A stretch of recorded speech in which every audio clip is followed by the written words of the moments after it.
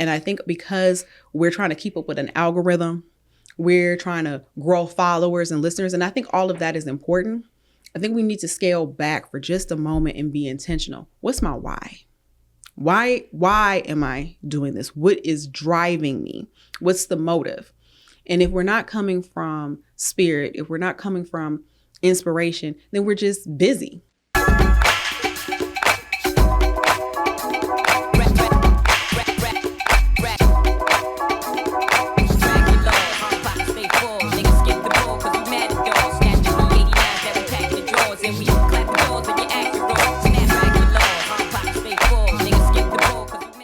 What up, though, Black Fridays family? Welcome back to another installment of the Black Fridays podcast.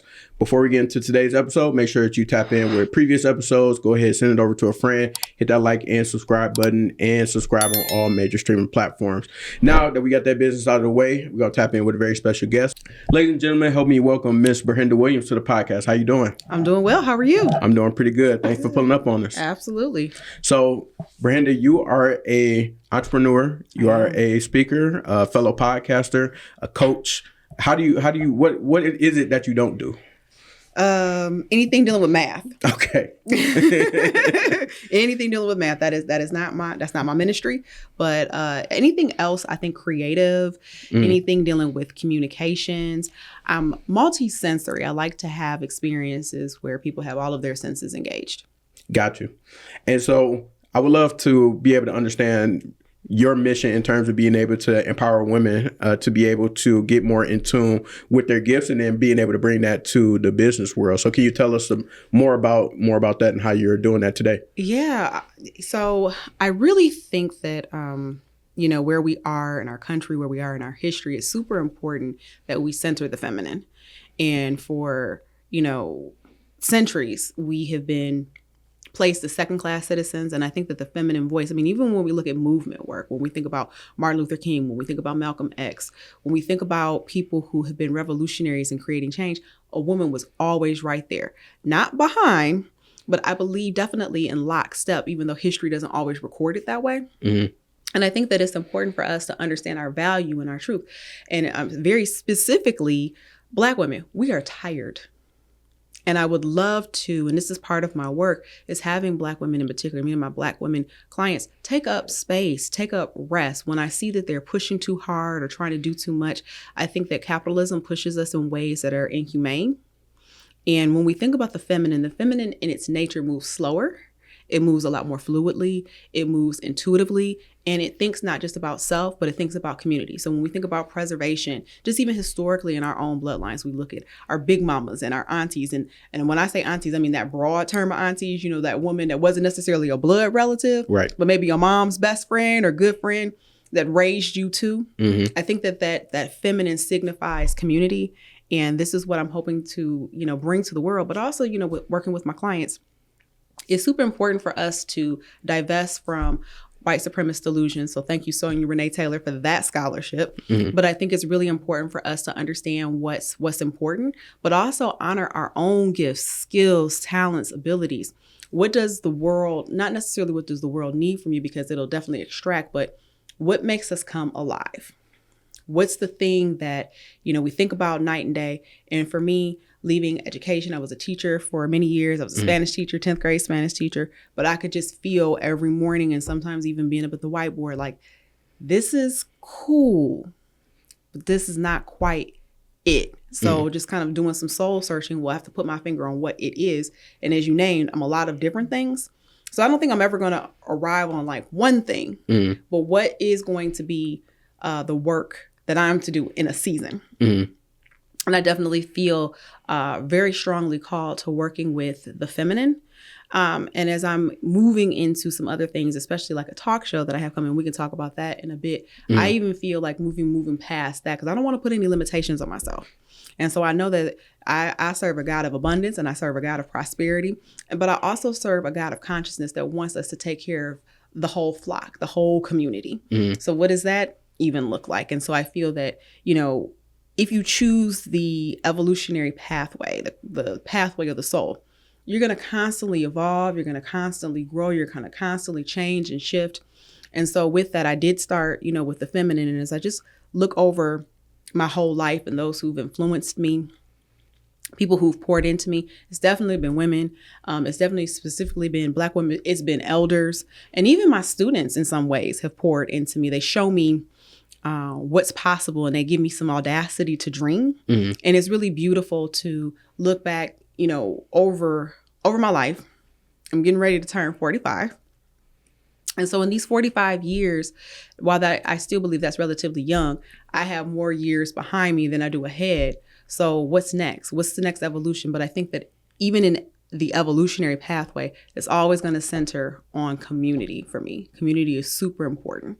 And as we know where we are, particularly in this time and space in this country, we have to take care of each other. It is a necessary must. And so what you're doing here with, Black Fridays, I know that typically Black Fridays has an economic connotation. And while it does, I think it's understand what we mean by Black. And I'm talking about that Black skin, that Black greatness, that Black love. And definitely economic justice is also part of social justice. So those are some of my core values, things that I believe in, that I know that are important.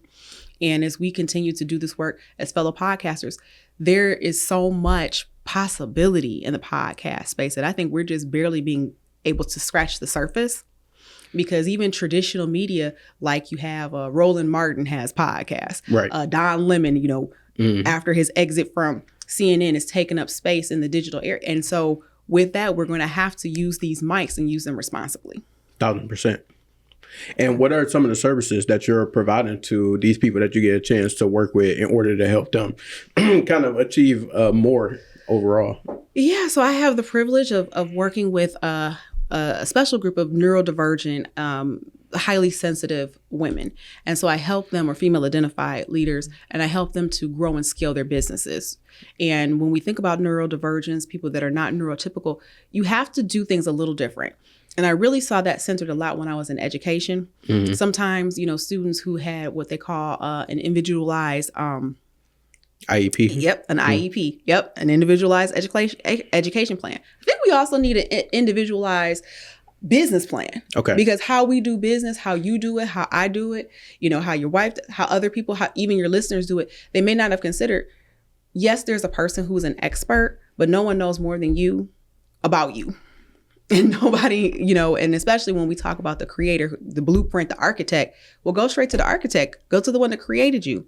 There are seasons. And so one of the things that we do in my community is we do seasonal planning. So we plan around the seasons. We want to be in season versus out.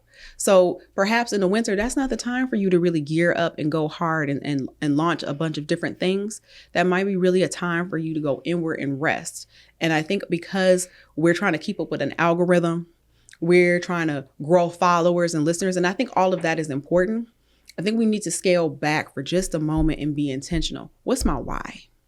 Why am I doing this? What is driving me? What's the motive? And if we're not coming from spirit, if we're not coming from inspiration, then we're just busy. And I think that sometimes you can do less, but do more. So it's just like a bow being pulled back. It's that tension.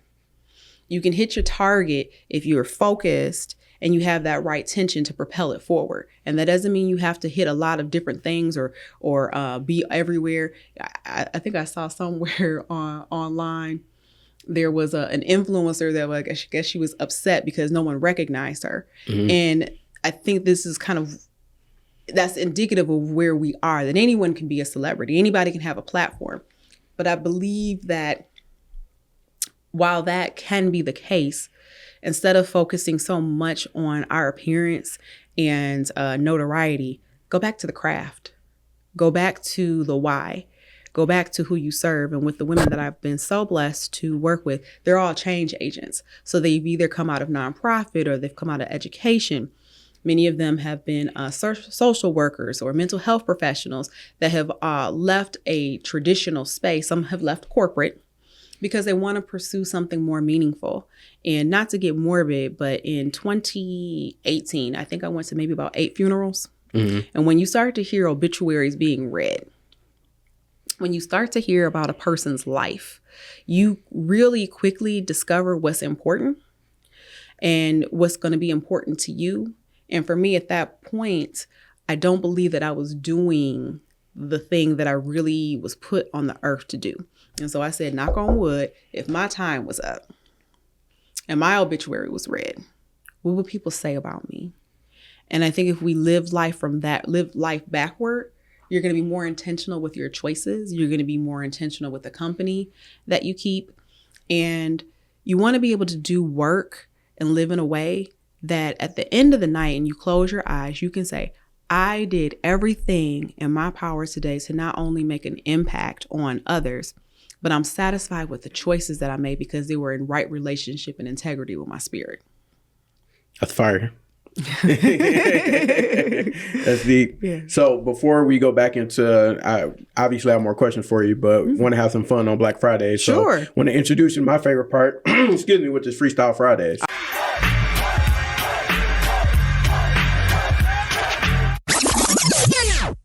All right. So I saw somewhere that you were a poet. So you got you got some bars for us? You got a poem or?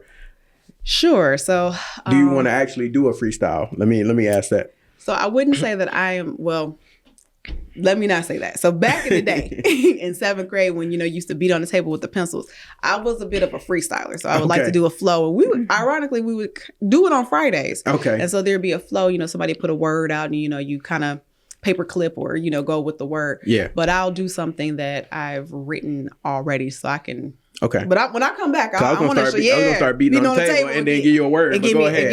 And give me a beat. So, what piece do I want? I went to the hospital last night to visit a friend of mine. He's on life support. Could you please pray for him? I said, I went to the hospital last night to visit a friend of mine. He's on life support. Could you please pray for him?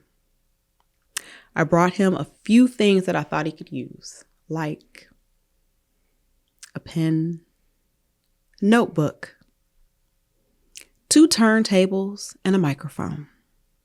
I said, I went to the hospital last night to visit a friend of mine. He is on life support. Could you please pray for him? Some of you might know him. First name Hip, last name Hop. Thank you.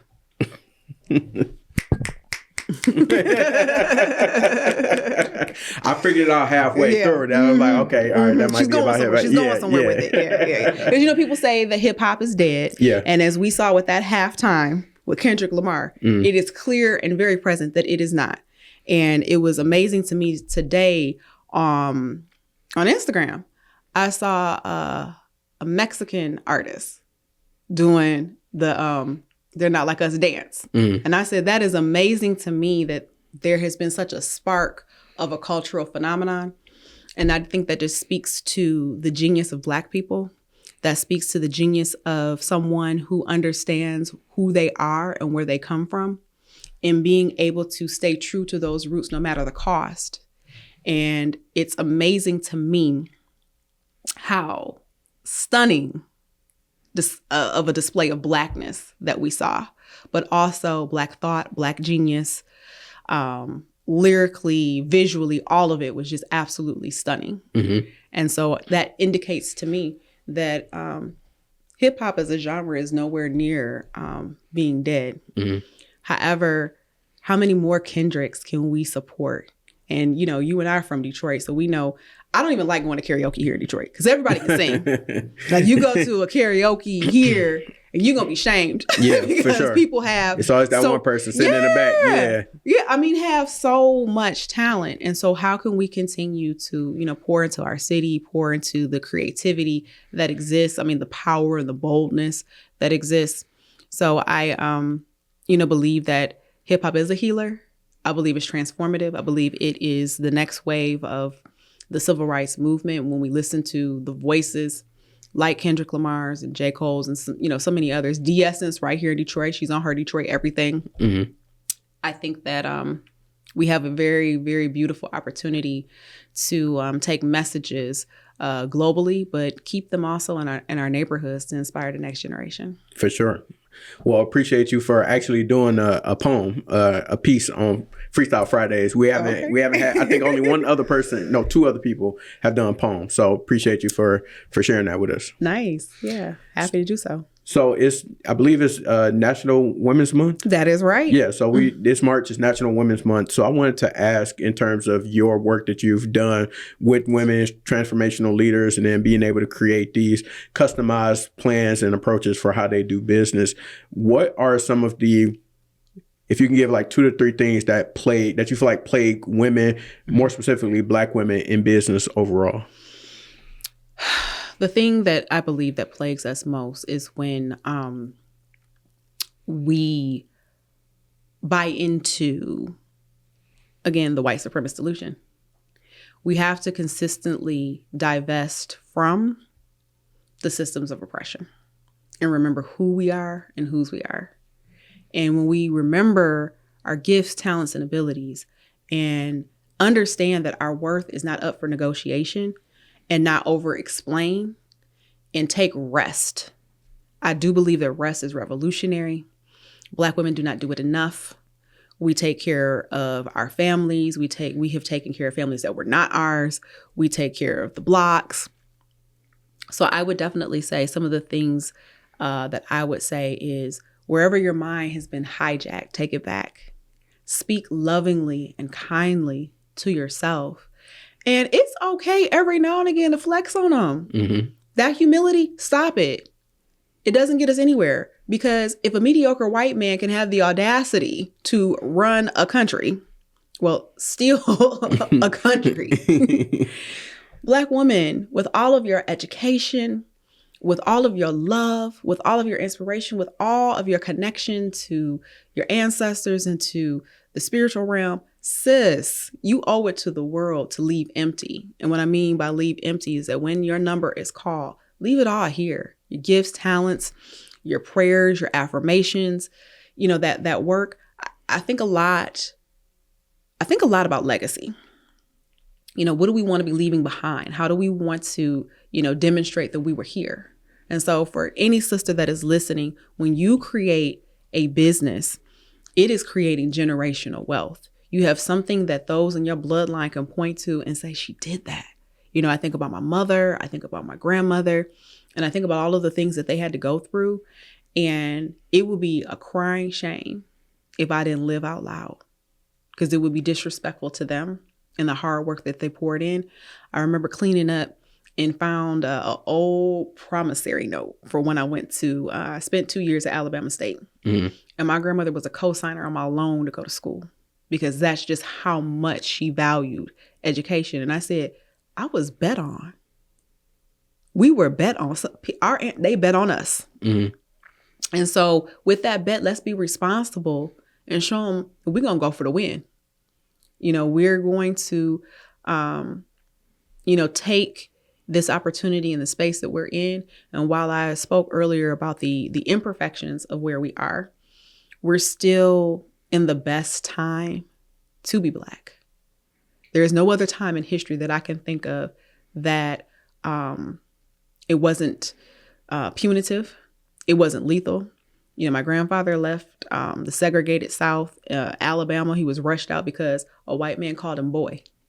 And while that might not sound like a big deal to us now, that was a big deal back then. Mm-hmm. Or coming from a sharecropper and day worker, someone who cleaned homes with, barely a third grade education, but they knew enough to value education and to invest in me and invest in my sisters.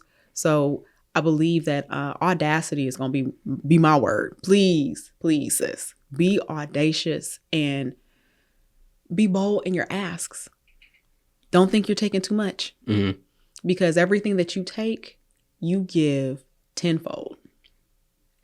Do you feel like you've always been that confident when it comes to career, business, life, or is that a place that you had to get, or were you like that from the womb?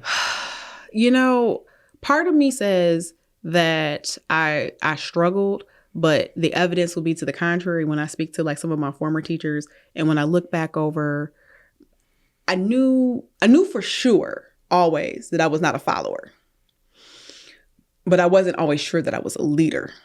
I just knew that when everybody else was going this way, I kind of wanted to go another way. And I kind of danced to the beat of my own drum.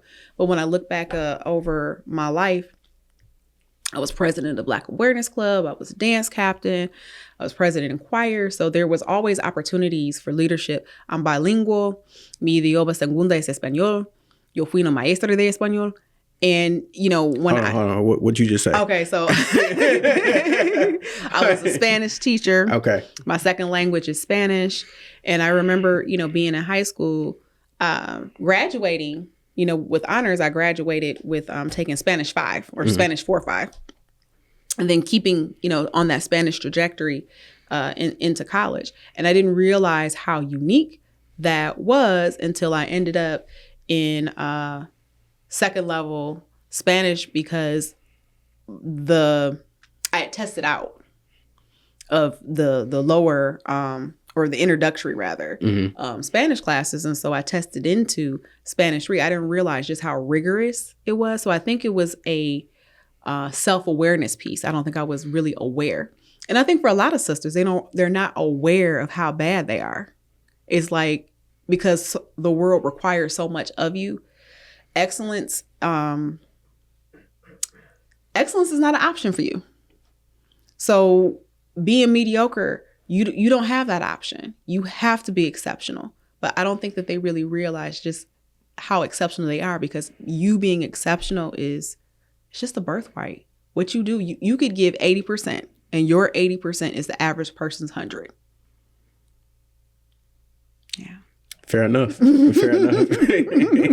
So when you mentioned that you were teaching, you were in education for a while, and then you decided to make sure that you were doing your part to leave empty and pursue your dreams. That's right. Could you take us back to where you were in life in terms of when you decided that you wanted to start your own business in order with this level of intentionality that you have now? Where were you in life? And then what was that dial that turned to say, I need to, what was that moment to say, I need to go pursue this?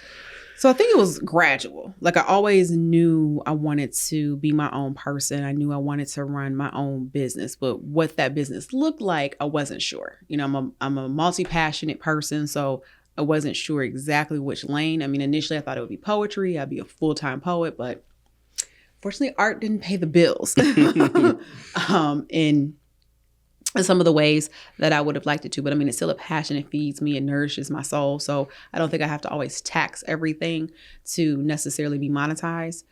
But I realized that I was a coach, or was a pretty good coach. Classroom management taught me that coaching was necessary, because I couldn't always reach the students. Of course, when you have when they have an audience, they're going to show up and show out.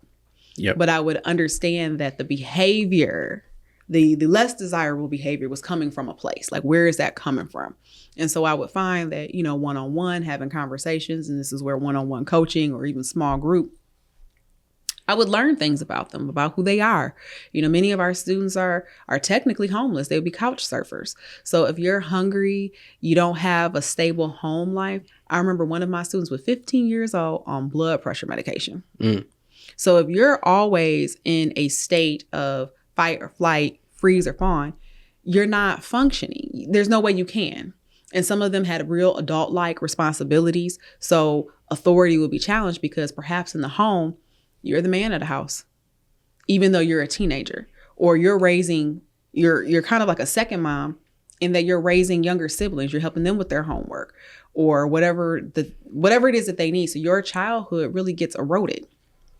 So I sort of knew, I was like, okay, I'm kind of good at this coaching thing. Let me see, you know, where else I can take it. And so, you know, my full background, I graduated from Wayne State. So shout out to the Warriors.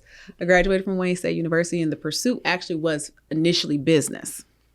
Education would come later. I had a kind of a pivot. But I think that, again, just moving intuitively, I kind of had a knack for business. But I too, again, you know, back to your earlier question, like, did I always know? I think because my approach to business was different. It wasn't divide and conquer, or, you know, by any means necessary, or having to put someone else down so that I could get ahead, or use, you know, sharky, I guess they call it now, bro marketing tactics. I didn't fully understand that I was really just operating more in a feminine way. Because again, we think about collective, we think about community. We don't think just about self. We think about how what my business is, how is it going to impact, other generations? How is it going to impact my family directly? And so with the business coaching and then understanding that I myself am neurodivergent, I myself am a highly sensitive person, then I understood from a teaching lens that differentiated learning. So differentiated approaches to business. I'm an auditory kinesthetic type of learner. So yeah, auditory kinesthetic is probably going to be the same way that you approach business. And I think that there's something beautiful too in failure, because it's really not a failure. It's just an opportunity to regroup and redirect. And this is my, I would say, maybe third attempt at full-time entrepreneurship. So definitely one of the things that helped was hiring a coach, because you don't know everything. You can't know everything. And you have your own blind spots. This is my third attempt at a podcast. So again, you kind of step back and look at, okay, what went well, what didn't? To pull out the old school business, do a SWOT analysis. So strengths, weaknesses, opportunities, threats. And, dust yourself off, dust your ego off and say, you know what? As long as I have breath in my lungs and the opportunity to wake up again, then that means I have another chance to get this right. And if we're really being honest, even in your failures, you didn't do it wrong. You needed to learn. Everybody has their own blueprint. And so again, my approach to business, as people who are listening to this, it may not be their approach. And that's fine. But I would say hire a coach or hire someone that really understands you, understands your mission, and definitely be in alignment with your values. Because someone can be very successful. There are a lot of successful people, but on a moral compass side, no, I don't want to be like you. Right. Your tactics are ruthless and cruel. So I don't know. I don't want to be like you. Mm-hmm. What's the type of transformations you've seen with some of the people that you've coached and worked with since you've been in business? Oh, wow. So I had one client tell me that I helped her heal the sister wound. And so for a lot of those who are, female identified, that are women, mean girls can be a thing. Mm-hmm. And so when we talk about even the way that we're, raised and conditioned societally, I think that we can be done a disservice where we think that other women are our competition.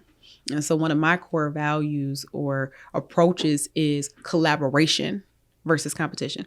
There are so many other people, women who have podcasts that, it would be best for us to be in collaboration. In fact, I have a meeting this week with another female podcaster, Black woman podcaster. I'm excited. Her approach is totally different than mine. Her podcast premise is totally different from mine. And so I think that there's a lot that I can learn from her. And, we're definitely looking at, sharing, doing a skill share. So I think one of the things was my client telling me that she was able to heal the sister wound. And then I have another client who we had to do some real deep kind of shadow work and personal excavation to see why she kept hitting certain income plateaus. Mm-hmm. And when we really pulled it all back and did the work, we went back to her childhood and found that there were some behaviors in the family line around money that made her actually not want it on a subconscious level, because she saw how her parent dealt with money and used it as a tool for manipulation. Mm-hmm. Yeah. So you do essentially some therapy at different points in your So I want to be very clear so that, we don't have any conflation. For sure. Coaching is not therapy, but yes, I will say I take in consideration whoever's in front of me, their lived experience, because that's valid. You have to. Wherever you go, there you are. So if you think you're going to show up to a business and your stuff is not going to show up with you, it's going to open the door for you. Mm-hmm. And so I think that, again, because of the population that I serve, they are very concerned with healing and transformation and making an impact. You have to sit with self first. And sometimes sitting with ourselves is very uncomfortable. Because, again, we're in a place and space where we're constantly bombarded with messages of not enoughness, get a BBL, get implants, get more education, more this, more that, less this, less that. I mean, it goes on and on. And I mean, I think one of the worst places on the internet is the comment section.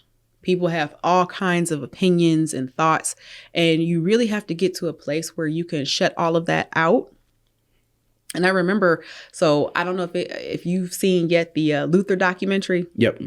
Okay, so you remember when, spoiler alert, who have not seen the documentary, Oprah made a comment to Luther. Someone came up to her and said, "Are you going to gain all your weight back like Luther Vandross?" I thought that was the most disrespectful. It's crazy. Hurtful. And it's like, this one don't even know you. But just the audacity to come up to a person, and you think because she's famous or has a platform that you're entitled to come up and say something like that to her. And I mean, she didn't blink. And, Luther kind of chuckled about it because they knew that their appearance, their weight was such a point of conversation. And when we think about Luther and Oprah and, Lizzo or Queen Latifah or, Monique, who are they besides, outside of their bodies? Look at their body of work. Look what they have made contributions toward. And that's what you want to reduce them down to. Luther Vandross, one of the greatest voices of the century. And all you want to focus on is this man's weight. Right. When he can sing people under the table. And this is, before auto-tune. That man had a gift. And when we look up, she has a gift. Interview, that's her thing. But all she's reduced down to is her weight. And, again, when I'm coaching with clients, you have something that you use to cope. We all have coping mechanisms. And that's what we talk about because, with business, there can be cycles where you're up and cycles when you're down. Life can dictate, one moment to the next. You could be in a life cycle where you're married, you have children. You can be in a life cycle where you're caregiving. You can be in a life cycle where you're divorcing. I've had that too, where I've had clients, on the personal end, have to deal with relationships that are ending. And I think one of the biggest things that we do not talk enough about, particularly as women are feminine, friendship breakups. When you really start to ascend and when you get really serious about your little business, I can't stand that when people say, how's your little business? First of all, there's nothing little about my mission. Big business over here. Okay. Yeah. And I don't care how much money I have in my bank account. This is big because it's big to me. Right. And the person that you have to become in the process is not the person who starts the business. Who I was when I restarted, was a woman who had a fibroid that was about 7 pounds, coming off of the loss of my grandmother and the loss of my job. I am not the same woman in 2025 that I was in 2017.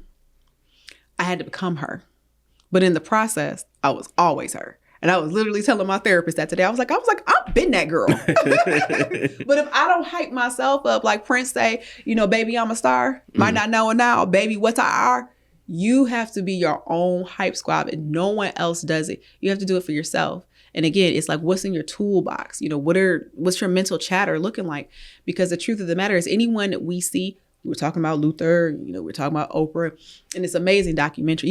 Even the background singers, everything was impeccable. Yeah. Like Luther had a vision. And so if a poor, overweight Black boy from the projects can go all the way to the top, to the Grammys and beyond, be one of the greatest songwriters, vocalists, and arrangers of all time. I mean, you heard all throughout that documentary, people talk about his showmanship, but also his ear.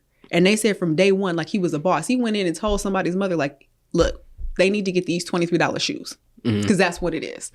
That's some audacity. Right. And so when you have that kind of audacity, you have no choice but to make it, because you're not taking no or less than as acceptable.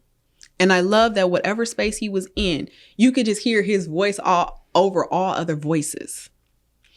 And what would that look like if Luther whispered? What service would that do to humanity if Luther whispered? So whoever is listening, how does humanity benefit if you whisper? Don't whisper. Girl, shout. Get happy. Let them know that you're here. Because here's the truth of the matter. Not everybody's going to be on team. Right. And that's family included. Yep. Not everybody's going to be on team. And that's okay. And that's okay. Get with those who are on team. Listen to podcasts like this and get inspired. Watch documentaries about successful people. Read all of the books that you can about success and mindset. Because the big part of it, like I said, like Prince, he knew he was going to be somebody. Like it was just already written. He knew that man had mastered 5 to 7 instruments, maybe more. He was in total ownership of his career. He wanted his masters. And I think that's the other part, that we have to move past wanting to be influencers and be the influencer. Influence everyone and everything around you in a way that is positive. And in a way that is in integrity, because it's easy to have your 15 seconds on a social media platform, or even in our own ecosystem. It's easy to be popular, but what you don't want to be popular. You want to be purposeful. And if popularity happens in the interim, that's wonderful. That's great. Right. But at the end of the day, you want to make sure that you are purposed.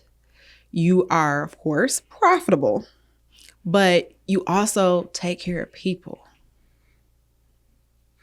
Speaking of, so in that you spoke about people building up their confidence and knowing, exactly who you are. That's or knowing that you're going to be somebody. That's How about thought that I had was in terms of, I think about Gen X and millennials in terms of Gen X more so like the grit culture, figure out a way to do it. I'm just going to do it until my bone falls. Yeah, white knuckle it.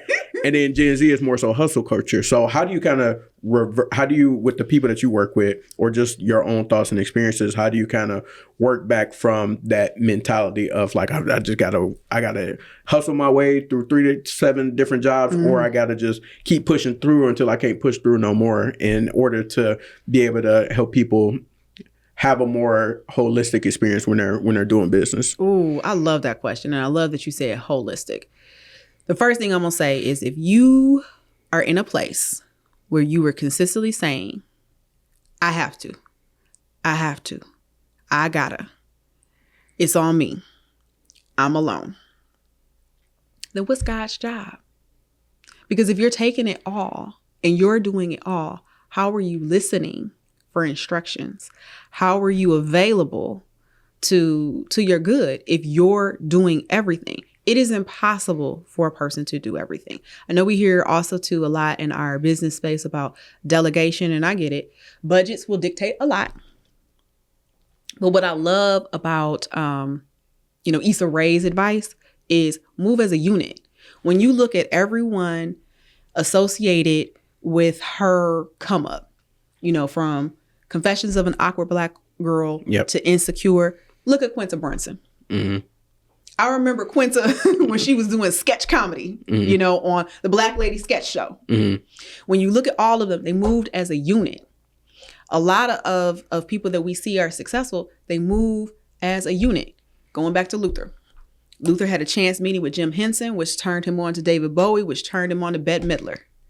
He was with his team, his people. I mean, I love seeing, again, those documentaries when you see childhood friends. Mm-hmm. We can even look at Belle Biv DeVoe.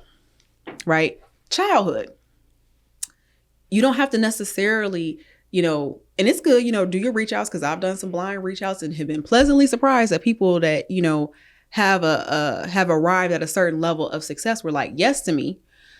But I would also say that it's important to move with people that are also on your same level. And if you know that you have I am not technically, that is not my ministry, I'm not good at it, don't ask me about no kind of, you can use, no, I cannot use Canva. Mm-hmm. That is not, no, not at all. The last time I dealt with a website was HTML, and that's showing you how old I am. So that is a no for me. But if I have a unit, maybe you're pretty good at websites. Maybe you can do some updates. Or, you know what, you're really good with proofreading things. Can you look over my press release? Girl, didn't you say you used to work at such and such and such and such? Yeah, girl. you think you can do an introduction for me? You know, is that too? Because see, now we're moving as a unit. We're moving together. And so when we move together, we rise together. So that would be my biggest piece on growth and, you know, and really expanding. Be in collaboration, move as a unit. Love it. So what, looking in your crystal ball, what do you see on the horizon? What do you want to accomplish for Ber-Henda? What do you want to accomplish for the business? What are some things that's happening in the future that you see upcoming? Yeah, so really getting into this media space. Like I just finished my newsletter tonight, and I really didn't, I guess, see the whole piece of it till I wrote it out. And I was like, oh, okay. We're multimedia. We've got the podcast. So check out Soul of a Lead Her, wherever you listen to your podcast. We have now a talk show that will be coming out this spring. I'm also working on a coffee table book. So what's next on the horizon for me is really ministry and media, because I feel like ministry is anywhere love is. And so some people will call it God, source, universe, or what, you know, whatever you call it. It's a power that cannot be named. It is a power that cannot be comprehended, but it's a power that lives in all of us. And so if you listen to that still small voice, I can guarantee you it will not lead you astray, because Ber-Henda on my own, I can do nothing. But I know through the indwelling Christ, all things are possible. And when I look at where I started in terms of like career trajectory or where I wanted to be, if I'm being really honest, I wanted to be a news anchor at one point, but I let society dictate my possibility because I didn't see thick news anchors. Everyone was very thin, very petite, you know, kind of one dimensional.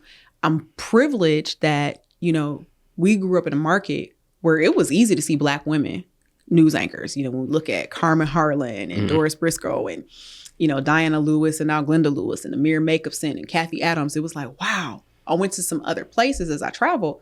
That was not the case. You did not see Black women, right, you know, prominent at all, even in some markets on the news. So I think that having that imagery at least gave me an inkling of possibility.